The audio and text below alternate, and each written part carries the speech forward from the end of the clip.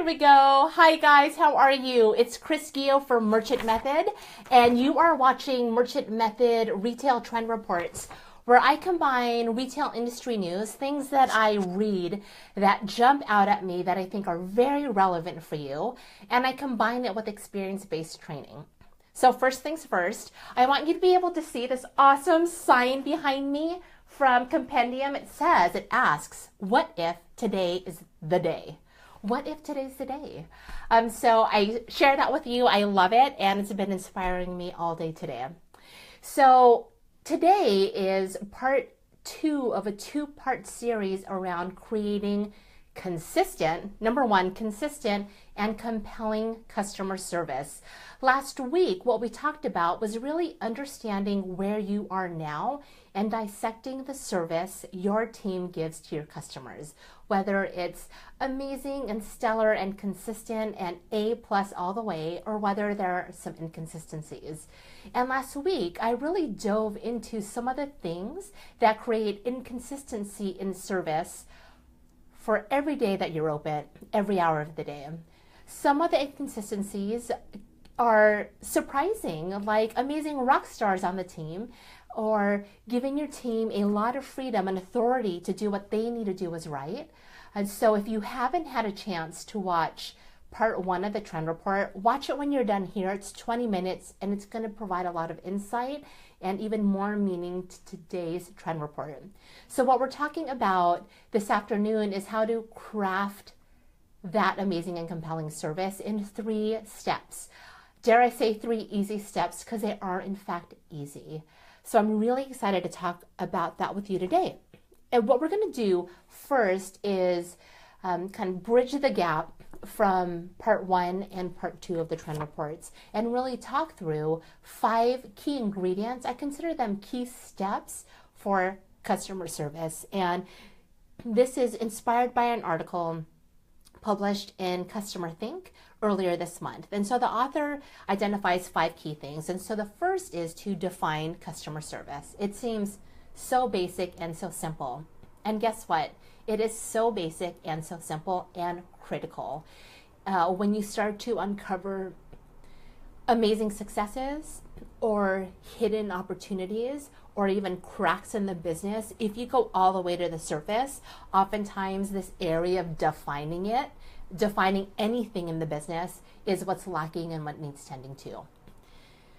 Step 2 is to authorize it. Put some beef behind it, put some power behind it, put some resources behind it, and give people permission. Step 3 is to hire and train for it, or to hire for it. And step 4 is to train for it, but also to practice it. Right, so there's a couple of different ways you can practice. You can practice in a safe space of orientation and basic training. You can practice side by side. The activity of practicing customer service is amazing, particularly when you do this with a trusted team member or with a co-owner that you've been working with for a long time. The reality of getting rusty, the reality of getting stuck in your ways is a very real threat. And sometimes I love this idea of rehiring yourself and refreshing your skill set and refreshing your approach. Or you can also role play, which is really powerful. It can feel awkward, but what better way to work through your skill set than in a role-playing way? And then key 5 is to reinforce it. Reinforce it, reinforce it, become very predictable. Predictability in customer service, people know what to expect. They know what to come to you for. Your team knows what to expect and how to maneuver. So those are the 5 key ingredients. What I'm really going to focus on today is ingredient 1. Really define it. And I am going to challenge you to do this in the next 2 weeks. So the reason why this is part 2, this 1 step is taking over the entirety of this trend report, is because it has to do with successful service scenarios and then really disastrous service situations. The successful ones are situational, right? Because we know that every selling engagement, every selling opportunity is in fact situational. There could be some things that, some common themes, common customer types, common needs, But we know that a customer's hierarchy of needs and wants and desires for buying anything from a gallon of alternative milk to a brand new car, the hierarchy in which they make their choices it's very complex, and the pieces move in and among themselves. They get reorganized and reprioritized very, very quickly. Think about the last time you bought a piece of luggage, right? Things that are really important and non-negotiable can move down on the list if other needs are met. And what happens if there's this brand new feature on it you didn't even know you wanted? So that is how customers shop as well. And because selling is situational, it can be difficult to take a really successful customer-employee engagement and replicate it and teach from it. This is why we're talking about define it. The other reason why we're talking about define it is think back to when you're resolving a very difficult customer-employee situation. Any of the tension that can't be resolved between the customer and the employee can often be traced back to a lack of clear definition. I often use this phrase, what do you think I think about that? Or how do you think I think you're doing? Right? If there's not a lot of clarity, if there's not a lot of agreement, it is a challenge, right? So if there's any gray around the definition of what good customer service is, that is prime opportunity to define it. Let the gray be in what customers are walking in through the door. What kind of weather do you have? Does it impact you? When are your receipts, your new inventory coming in? What is the need? But don't let the gray be around how you're training your team and what you expect from your team and how you want to empower your team to provide service to customers. So let's actually talk about what a customer service vision is. Like, what is it? Why should we care? A customer service vision really is the type of customer service experience your employees provide customers. And it's pretty simple.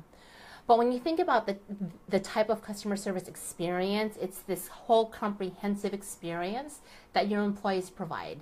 And that can be individual employees. It can be a team experience. But that's what a vision is. And sometimes customer service vision is a solo statement.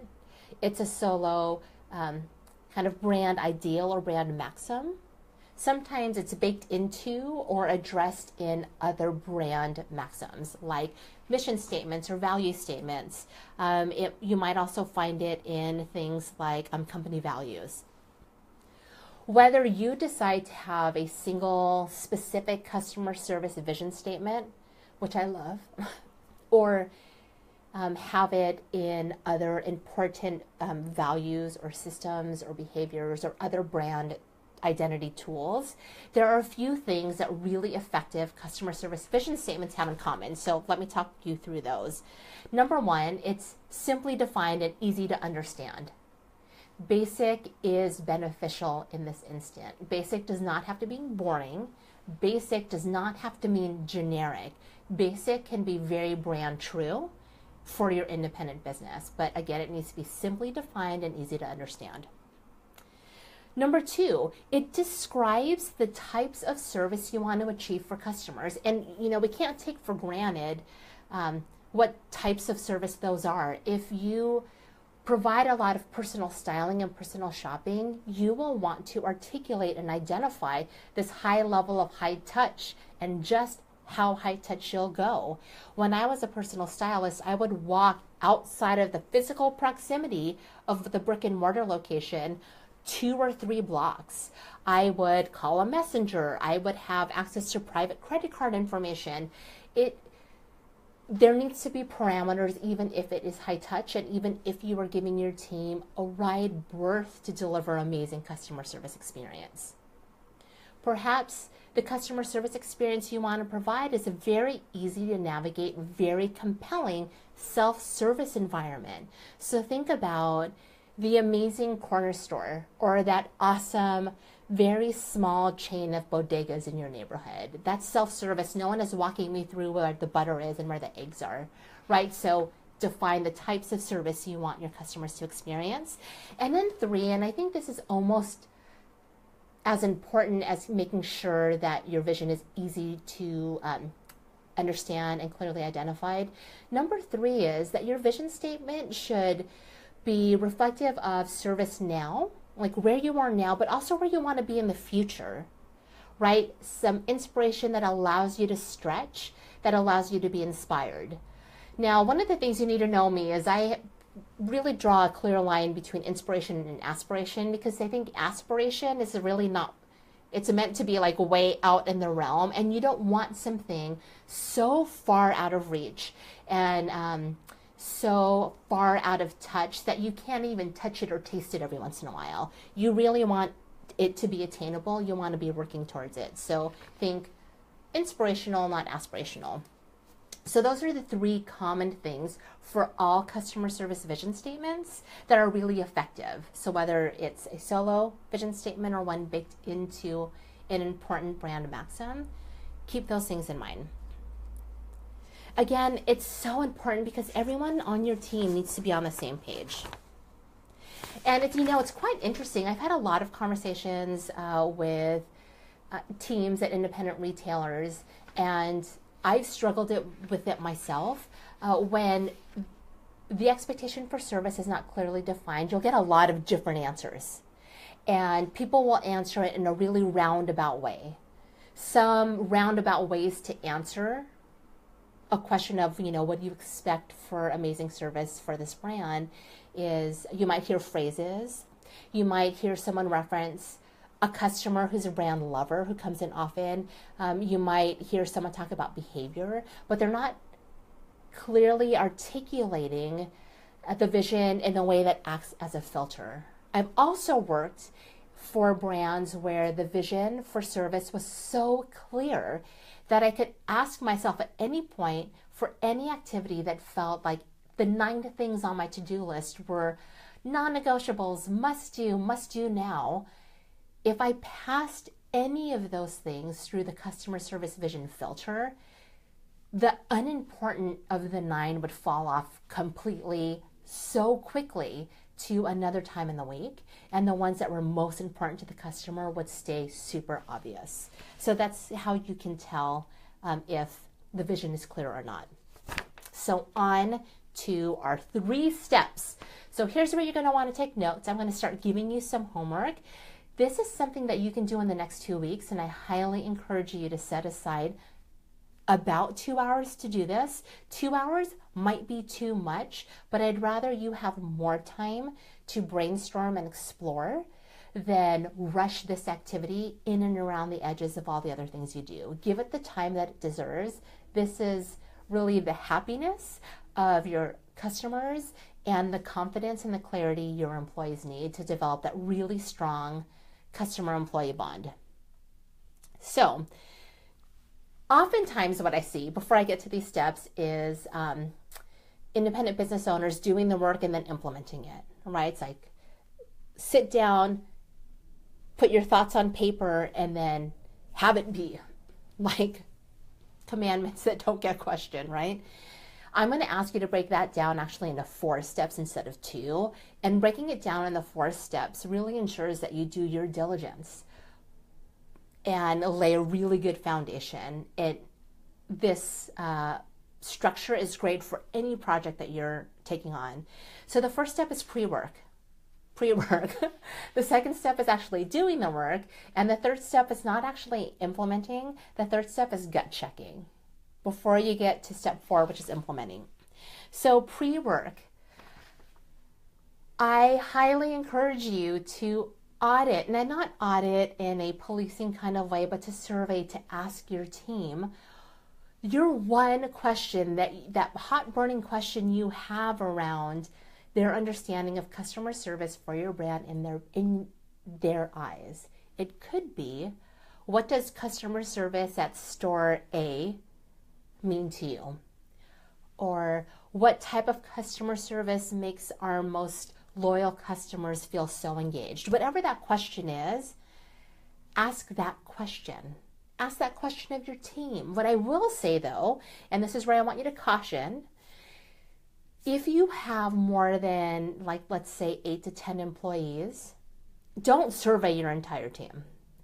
You'll want to survey a sampling, right? So about 8 to 10 responses are going to be great and enough of a sampling for you to do this work. What you'll want to do is you'll want to make sure that that 8 to 10, those 8 to 10 employees that you survey are representative of different ways that your customers can engage and plug into your brand and plug into your emotion and plug into your compelling vision and plug into your store.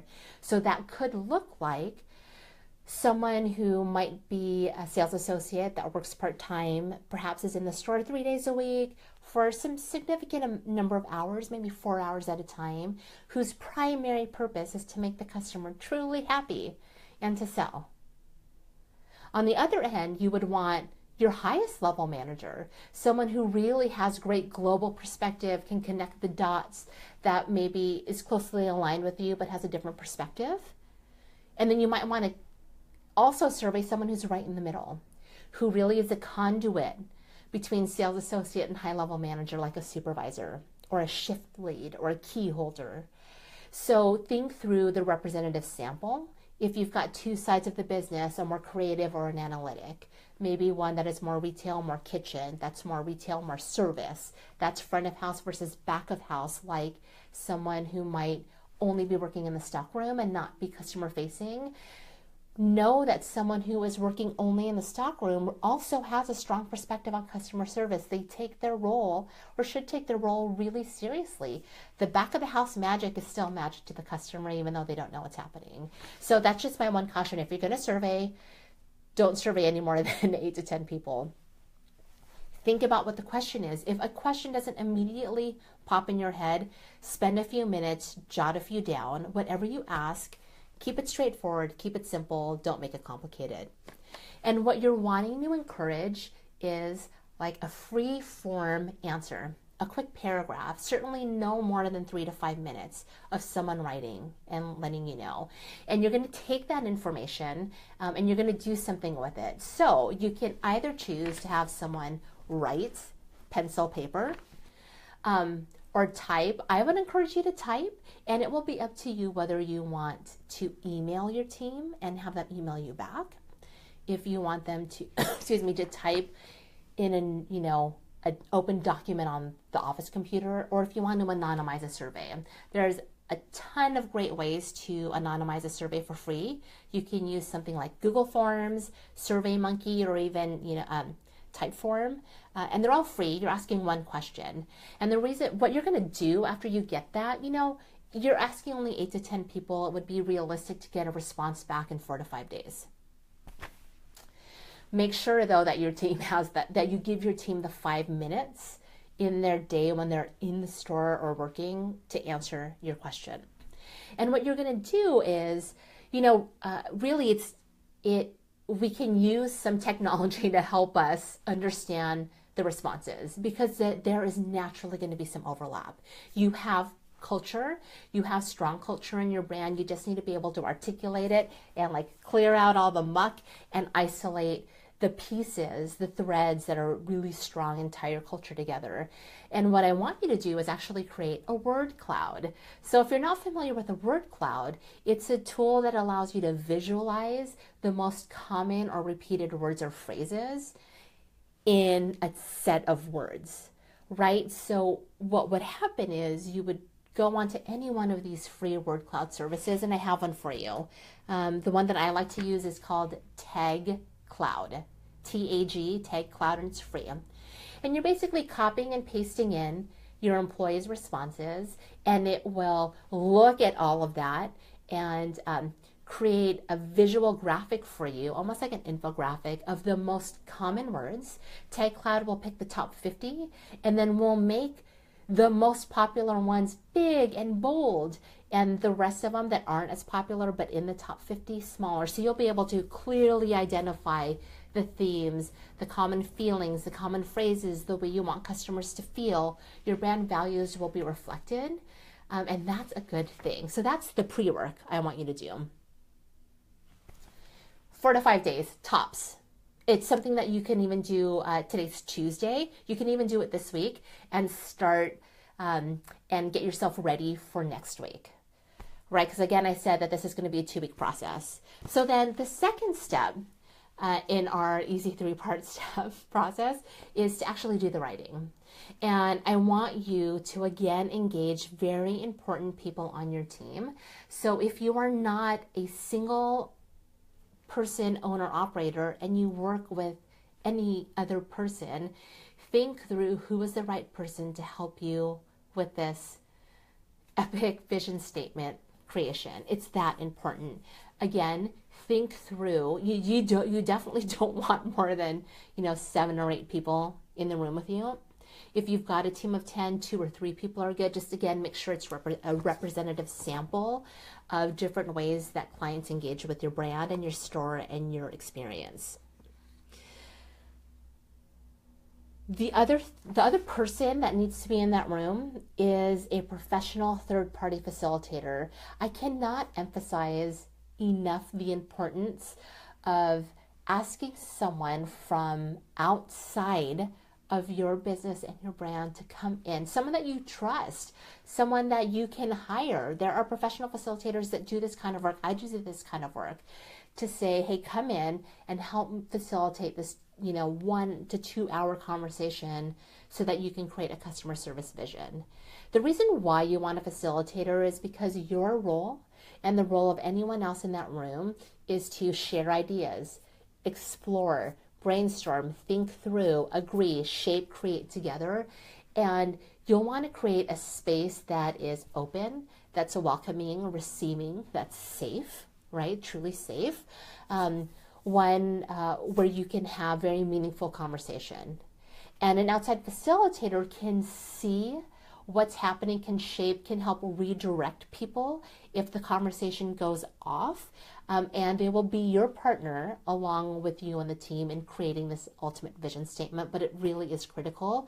I've been an outside facilitator in a handful of my clients' conversations, and it's been really helpful. It's different than when I go in to train.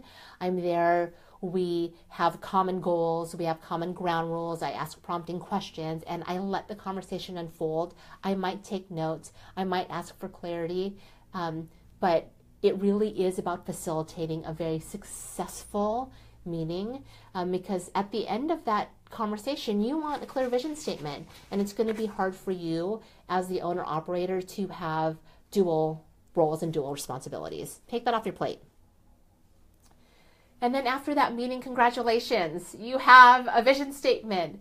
But I'm going to stop you because it's not time to implement.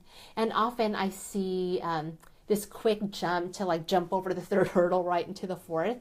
You actually need buy-in. You need buy-in. There are going to be some people that are really important in the adoption process of this new vision, in the dissemination process, maybe in the training process.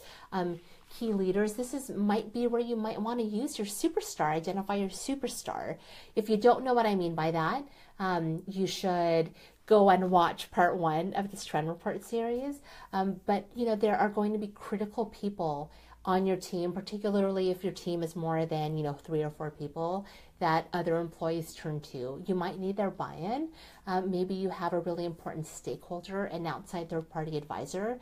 What you're not looking for is you're not looking for a green check. You're not looking for someone to edit or to wordsmith. What you're looking for is a general gut check to make sure that after all of the pre-work, after this robust facilitated conversation, what you created was genuinely for the benefit of your customer and that you all weren't operating in a vacuum. It's another fantastic 3rd wave check and audit. And after you're done with that, implement. That's what you need to do. Then you can follow the other 4 steps that I talked about earlier in the Trend Report. Because you have your vision for consistent and compelling customer service. Again, 2 hours tops, 2 weeks. So you're going to start by creating the survey, sending it out, giving your 8 to 10 employees about 4 to 5 days to answer your one amazing question around service. Then you're going to schedule some time find an outside facilitator, schedule about 2 hours, and then gut check and get buy-in from whoever you need to get buy-in from before you move on to step 2, 3, 4, and 5, which really is about putting authority behind the vision statement, empowering the team, training them, and then ultimately when you need to hire for it. All right. I'm super excited for you to have this clear, compelling vision statement. And what should happen in about 4 months, 5 months, 6 months time is that some of these like gut-wrenching nightmares that we talked about at the start of the first trend report, like a service transaction at the point of sale going horribly wrong, like someone getting double charged, or someone getting money back instead of getting charged for something, like a customer not getting rung up, any of these mishaps that are happening at the point of sale that are very real, not only for you as a business, but also your employee who feels terrible about it and the customer who's not understanding how to respond to your brand. Those kinds of things should be stories of the past with very clear expectations around service. Thanks so much. This is Chris Gale. I look forward to seeing you next week. Bye.